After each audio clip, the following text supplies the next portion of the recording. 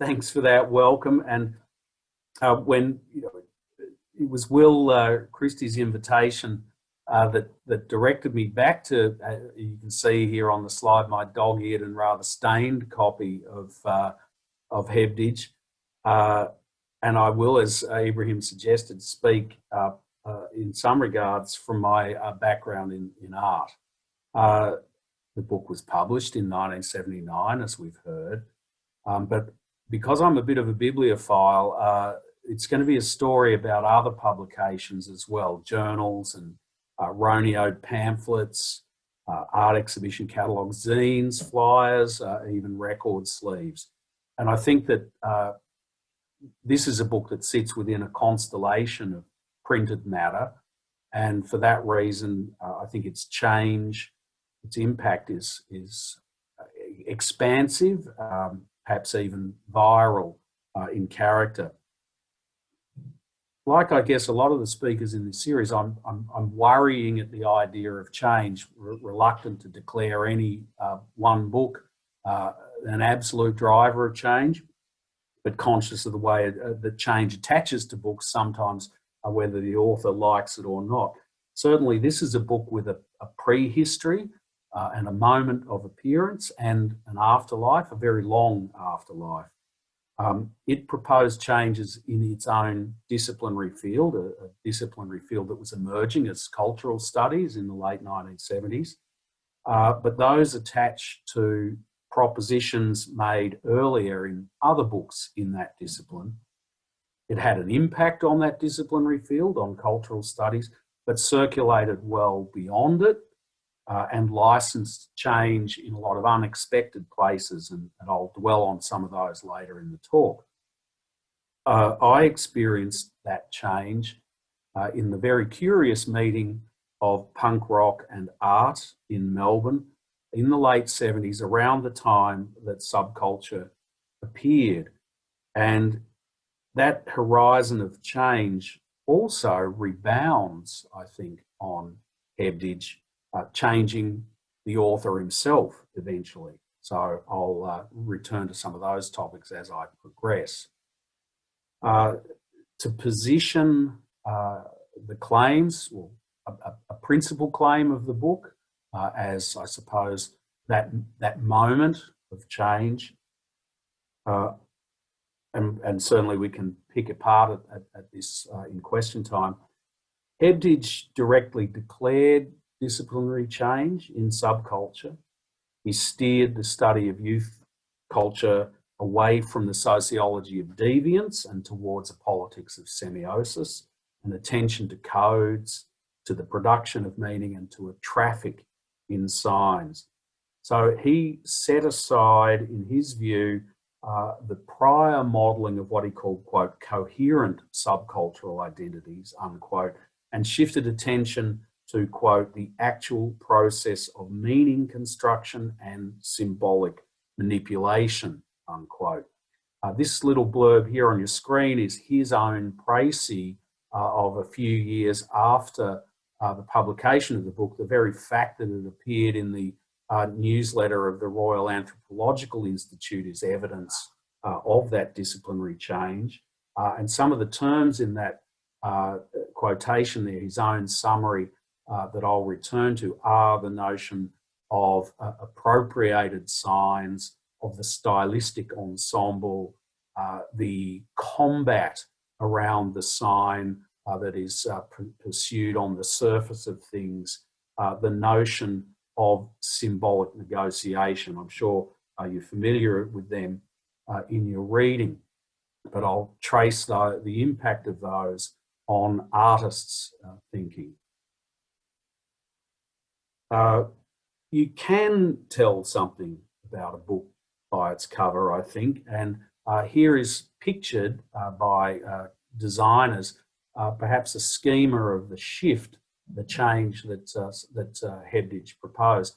Stanley Cohen's earlier book was innovative in exploring mass media myths as drivers in the perception of deviance in youth subculture, but It was posited as transgression was something of a blunt instrument and exercised mainly in the book in terms of judicial confrontations. The change here was kind of raw and violent effrontery, whereas in the second edition, the reprint of Hebdige's Subculture, setting aside that god-awful cover from 1979 that defies analysis in its melange, is more of a design that evokes that play of the sign across the surface that Hebdige was thinking of.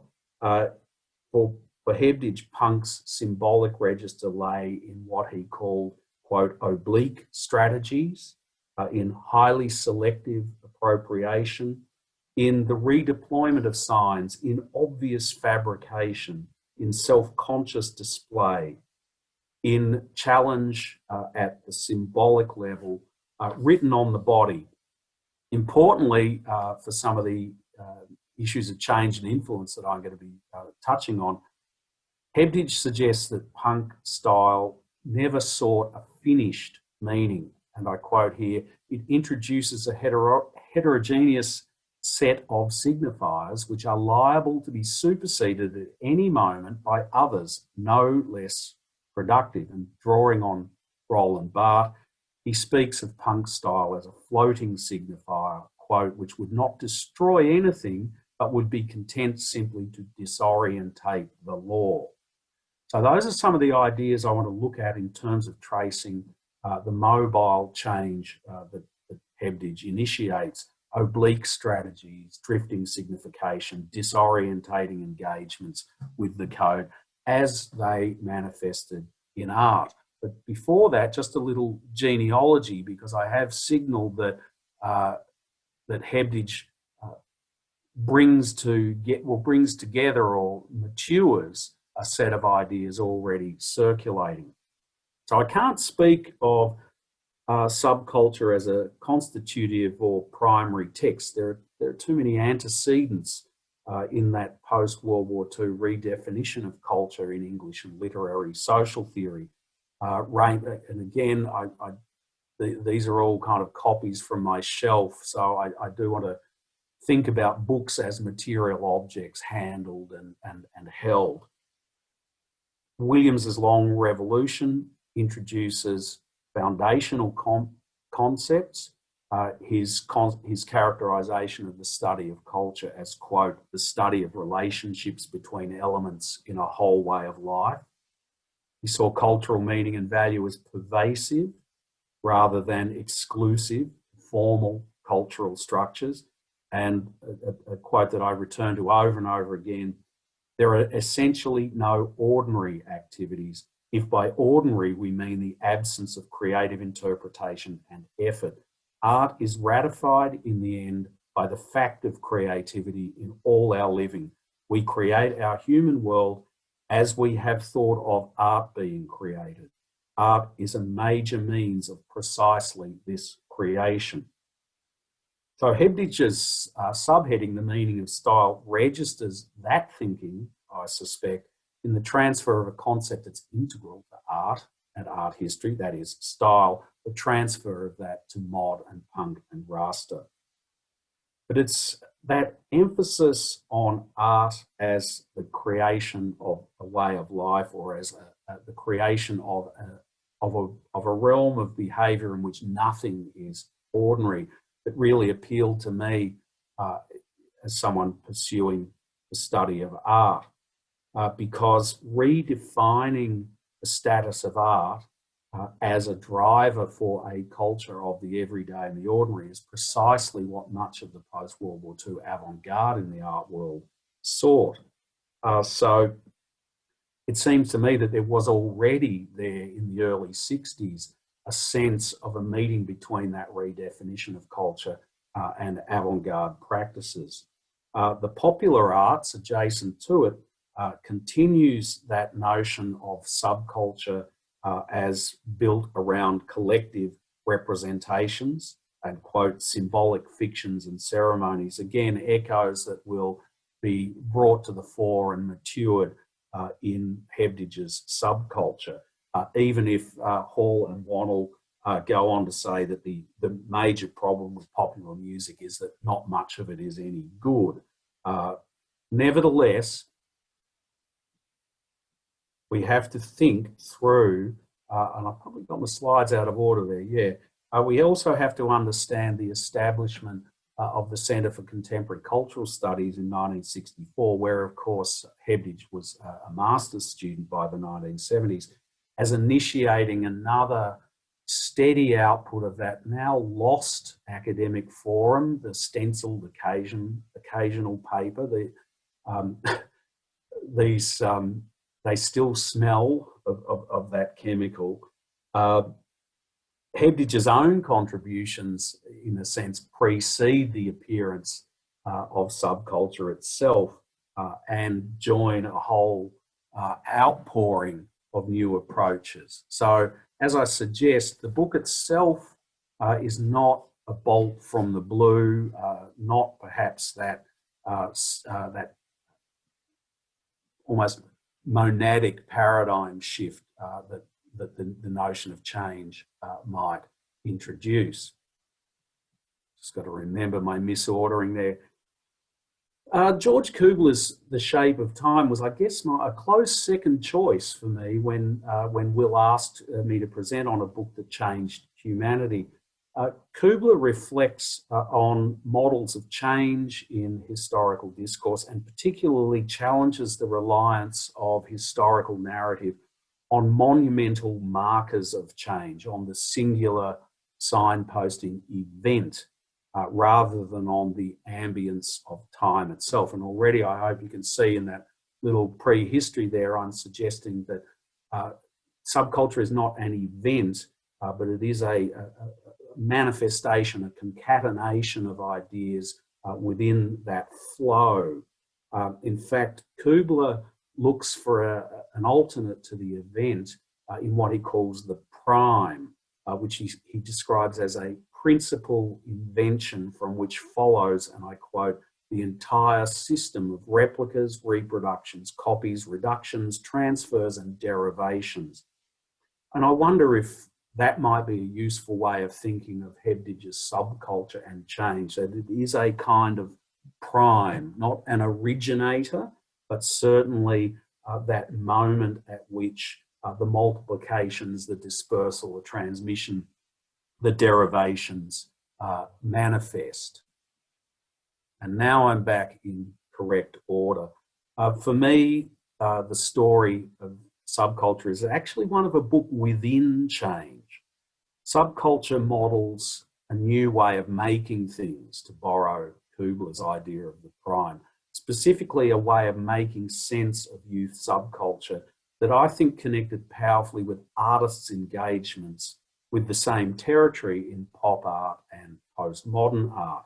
So my story of change is about the late 70s and early 80s, the moment of that book's publication, but a moment when artists weaned on pop art and punk and music video saw subcultural style as a powerful exemplar of the obviously fabricated, the self-consciously displayed symbolic representation that Hebdige attributed to punk. And when Hebdige wrote of the exploration of, quote, a space where an alternative identity could be discovered and expressed, and culture in the broader sense as systems of communication, forms of expression and representation, he seemed to be accounting for what art and art theory had already been doing when it turned to street style. And I should just point out that ZG here in its second iteration, second series, was an art, fashion and music magazine beginning in 1981. So, and this is my moment, I did warn Will that there was always a bit of nostalgia involved in engaging with this book. But my moment was a moment in the late 1970s, this painting made in the year that Subculture was printed by Melbourne artist Jenny Watson.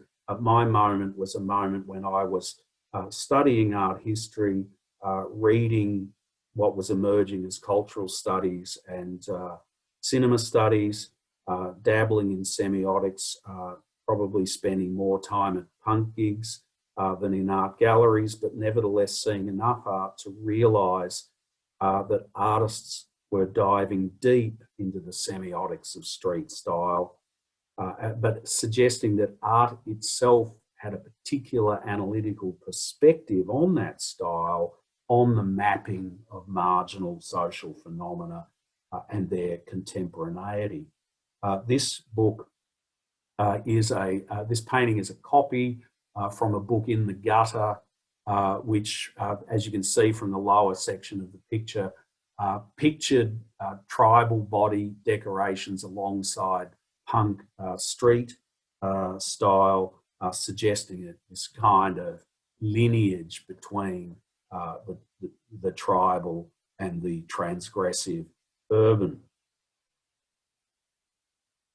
But what this seems to me to suggest is that the story of change that I was finding in art and art criticism and its implications for practice and knowledge engender what we now call practice-led research in art, the formulation of one's research thesis, one's analysis, one's finding in the modelling, the painting, the representing, the decoding of the object of study.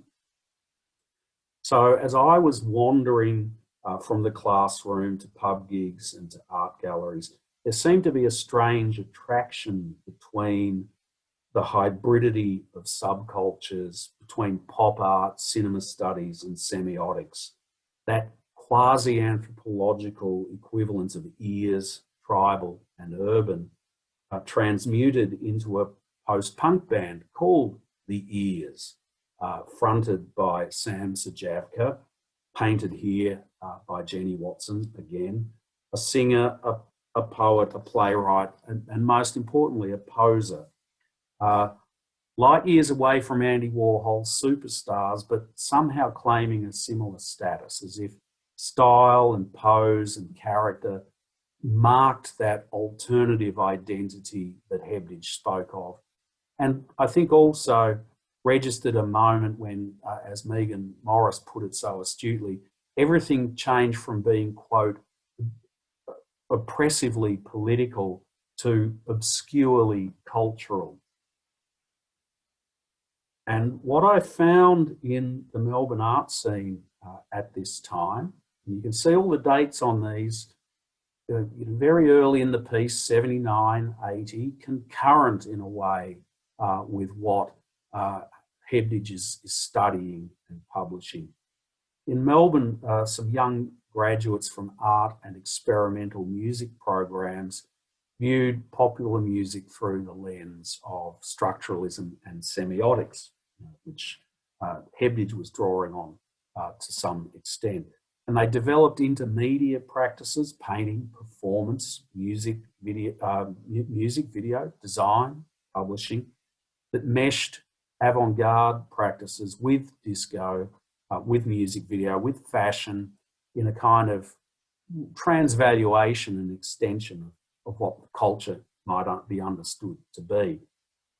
And they didn't seek to recuperate subcultural style as some kind of expressive mode of consumption, or the magical resolution of the commodity form, as Hebdige put it, or even as resistant transgression. You can see here in this flyer for a performance by Philip Brophy that the schema and the diagrams is their stock in trade, about finding the structures, about analysing the, if you like, calculus of popular culture in performance.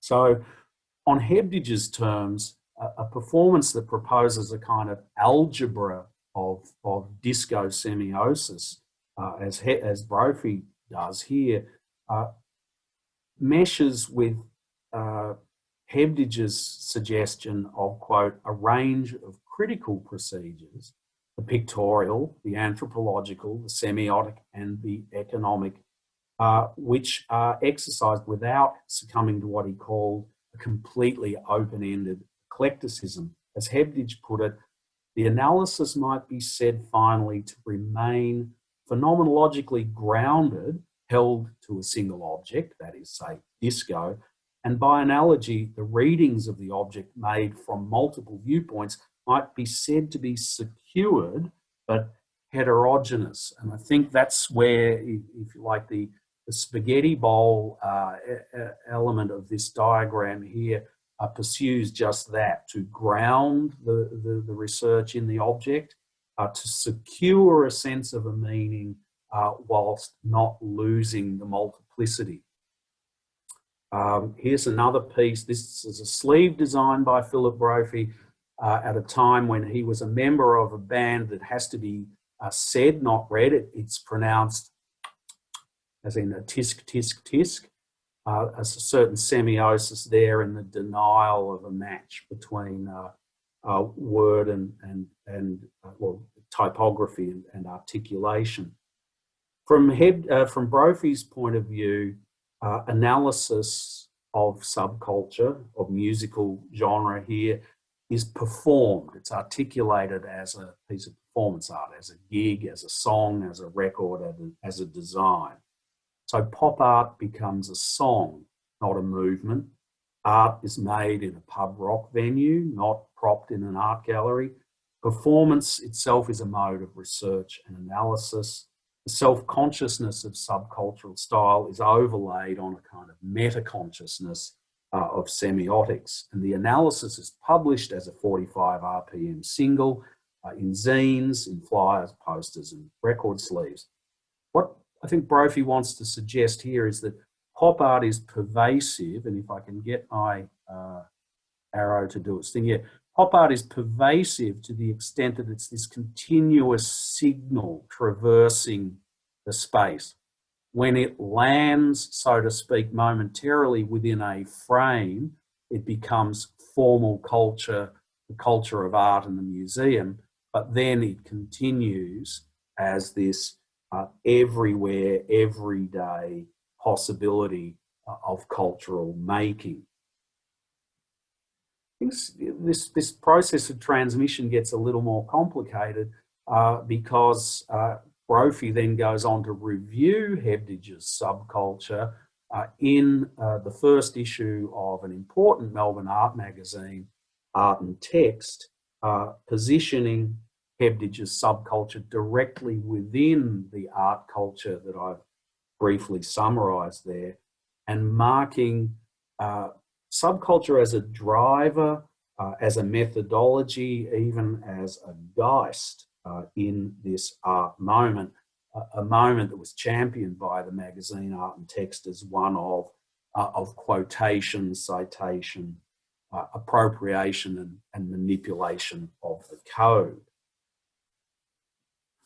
More complex still is the fact that Hebdige, who had always worked in art schools and was to relocate to some of the major American art schools of California in this century, then goes on to quote Brophy himself in an essay on pop art in an LA museum catalogue. So in a moment of symmetry, Hebdige takes a lead from one of his own and Antipodean fans, citing Brophy to the effect that one must be confused by culture in order to know it, and that in fact the study of culture, if you can read that quote, the study of culture is not to understand it but to maintain that confusion. That is the secured yet heterogeneous quality that I think Hebdige declared in subculture and now finds in Brophy's analysis and retransfers to Hebdige's own study of pop art. So properly addressed, subcultures, like art, transgress more than social or cultural norms. They transgress against knowing and embrace a sustained unknowing. Just to stick with the transmission even further, as many of you probably know, Hebdige himself becomes subject to the principled and rigorous confusion that he advocated, borrowing from Brophy in the study of art. He is the thinly veiled object of Chris Krause's desire in her 1997 novel. So Hebdige himself becomes a sign, a guru, an intellectual pin-up, the fulcrum of obsession and fantasy, both professional and sexual. He becomes, like the object he had earlier written about, appropriated, fabricated, and encompassed within genuinely expressive artifice. So, if I were being conventionally historiographical, I would figure all of those changes and connections as a genealogy, a kind of chain of texts running from Birmingham in the early 60s, through London in the late 70s, into Melbourne in the early 80s, and then into LA in the 90s. But I've already hinted at another genealogy, which I'll unpack further in a moment, a succession of artists in Australia and England and elsewhere who charted the territories and tactics that Subculture explored as a book, some of them before its publication, and who extended its reach after its publication and indeed informed and challenged Hebdige's model. But if I were to pick up on the spirit of the extended confusion, I think my chart would look like this, but if I'd had the graphics chops, even messier, because all of these texts ping and bounce and circulate in and around each other. So in the time remaining, let me rewind a little, unpack some of this diagram, and think about the change that was, so to speak, always already there in art, and the ways in which Hebdige accelerated its growth from the late 70s. Let's rewind to England in the early 60s when Hebdige was a mere lad, and Peter Blake, a graduate of the Royal College of Art, had commenced what remains a sustained engagement with rock and roll in art. The distinguishing feature of Blake's art and of British pop art in general was the analytical approach it took. Rock and roll is seen in structural terms. Pop stars are pictured as operational elements within a culture industry, and fans are fanatical and ecstatic, but knowing in their consumption. So in this instance, Elvis Presley is not a singular Dionysian hip swiveler, but rather the catalytic effect for the Elvis effect. No Elvis as such, but his performance in and through the bodies of his fans. Elvis is in the lower half of the picture, a succession of clippings, a mediated Elvis. Blake himself self-presents in this still from a BBC documentary as a researcher in his own right. There's the Elvis painting behind him, and in the foreground he dutifully shuffles through a mound of Elvis fan material.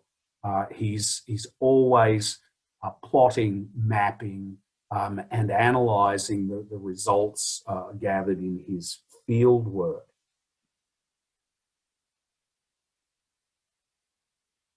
And I seem to have made my slides gibberish, but that's a good thing, because it'll probably slow us down a little, speed us up a little, my mistake.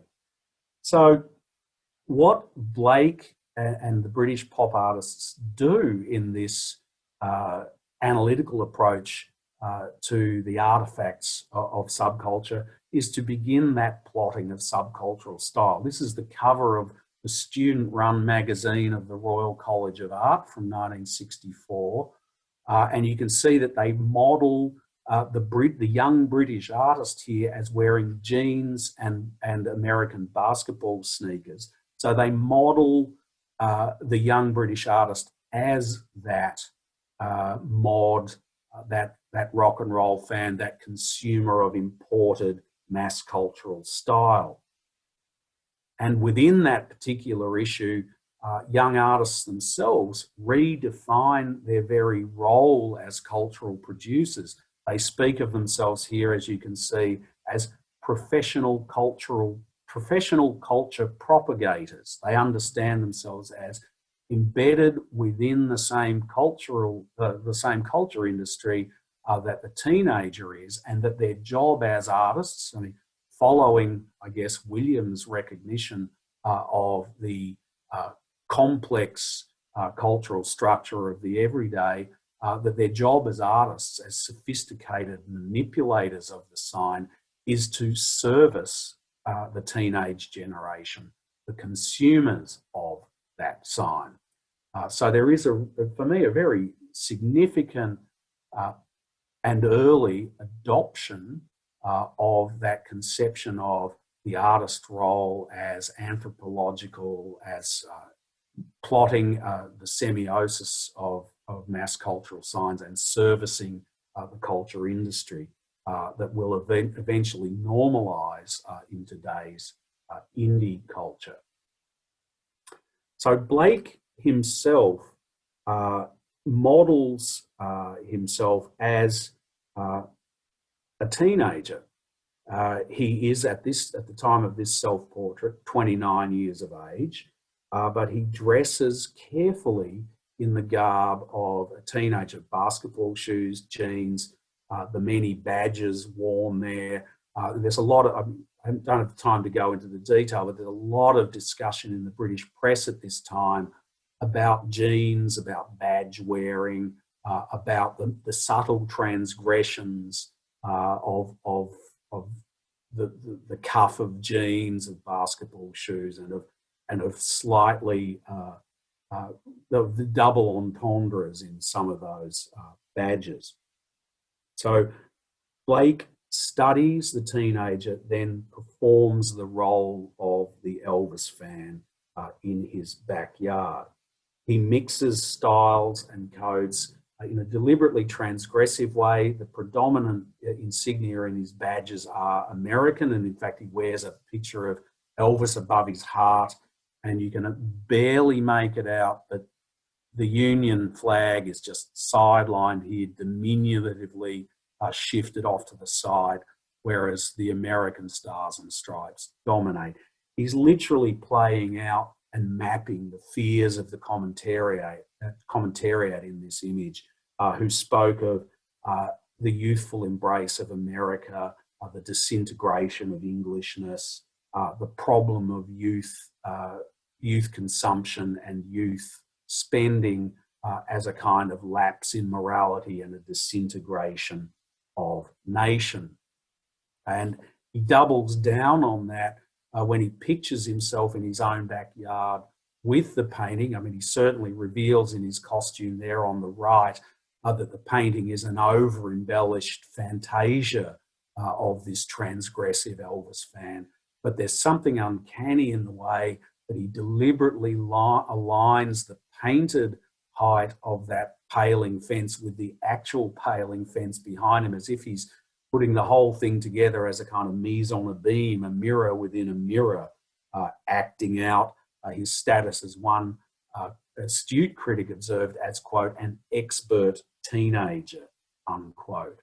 And that notion of expertise in the teen realm is something I think that the artists have and exercise very overtly before subculture hits the shops. In Melbourne, that genealogy of subcultural signification, of an anthropological or semiological analysis in one's painting practice of subcultural signification, manifests very strongly in the work of Jenny Watson. Again, pop art melds with semiotics, with literary theory, with punk, with feminism, and with nascent postmodernism. Twiggy is iconic, I suppose, and perhaps an originary moment in herself, and emblematic of the swinging London of the 60s, which Jenny Watson admired as a teenager from distant suburban Melbourne. Twiggy is all style and pose and performance, mediated in the source image by the lens of Richard Avedon. She's picturable, she's iconic, she's transmissible. Hers is that genuinely expressive artifice that Hebdige speaks of in Subculture. Twiggy's moment was one in which politics, especially gender politics, was transformed into something articulated through forms of symbolic consumption. And the Twiggy story is one of the transformative properties of politics, of social consciousness through fashion and style. It's the story of a fashion model who repeatedly dismissed the ideas of, or conventional ideas of beauty and the ideal female form, a woman who formed her own business and managed her own affairs, a woman who constantly astounded the media in her singular professional focus in the face of her apparent vulnerability as a physically small, delicate woman. So there's great admiration in Watson's eyes for this individual, not just as an icon of style, but as an individual who turned that style into a mode of empowerment. And she positions all of that investment of style, pose, performance, professionalism, empowerment against what is the relatively dull and uninflected void of abstract painting. So there's a very deliberate play of the power of subcultural semiosis against the waning of effect in late modern art. And for Watson, the subcultural woman remains for her the embodiment of what she sought, particularly in the face of the old guard of male painters in the 70s, as her own status. Again, the pose, the artifice, the performance as empowerment. So, just to return to a couple and to sum up with a couple of projects from, again, Melbourne in the early 80s. That structuralist approach, that deliberate schematizing of codes and semiotic gestures really drove a lot of the work that was coming through from artists who had read Hebdige and yet had read Christian Metz, had read Roland Barthes, had studied, were reading as much journals as like Screen as they were reading Hebdige's Subculture. There's a sense here of the work paralleling, deriving from Hebdige, but there's as much of Peter Blake in this notion of the studious analysis of costume and pose and self-presentation. Brophy speaks of the principle of this and many other of projects, and he says, the basic approach of the band's work is to pick an area of interest to us, which is usually part of an area of popular culture, such as television, disco, rock, music, Hollywood movies. And we dissect these things, looking at them from the point of view of being constructed objects, and we deconstruct them and try to present everything back to an audience, showing them these parts and how they operate. The easiest way to describe that approach would be that we are providing people with an exploded diagram, unquote. That was a statement made in July 1981 in a rock and roll street paper in Melbourne. So again, this notion of them taking their analysis into the space of the audience, performing the analysis as gig rather than artwork is very important. And just to quickly finish up, I want to point out perhaps an extreme here and perhaps also an element of nostalgia, because these were people I knew and still know today. This is a flyer for the first gig of a band called the Connotations, and some of the members are involved with the project. And you can see in the text there, remarkable, where Adrian Martin describes the project as work and research rather than fun and experimentation, shifting the terms of both creative practice and avant-gardism, and goes on to assert, quote, music can only ever be apprehended through its place in a cultural discursive ensemble, the spaces created for it and the space it creates, which mirrors Hebdige's insistence that subcultural style be approached as a signifying practice, an exercise emphasising, and I quote, the position of the speaking subject in discourse and concerned with the process of meaning construction rather than the final product. So I would conclude by suggesting, in summarising, that undoubtedly Subculture is a book entrenched in change. But what I wanted to suggest is change always already in motion, change within discipline, but change perhaps preceded by pop art practices, change that multiplies in circulation, becomes, tired word, viral, but takes on local accents and becomes something that we now call practice-led research in the arts, something in which where analysis is activated within the making and the performance. The doing is a form of reflection, elaboration, auto-critique and feedback. Knowledge formation is activated across research, performance and reflection, and performance and exhibition become successive, iterative research plans. And may I say, just by way of nostalgic conclusion, not bad for a bunch of 21-year-olds. Thanks.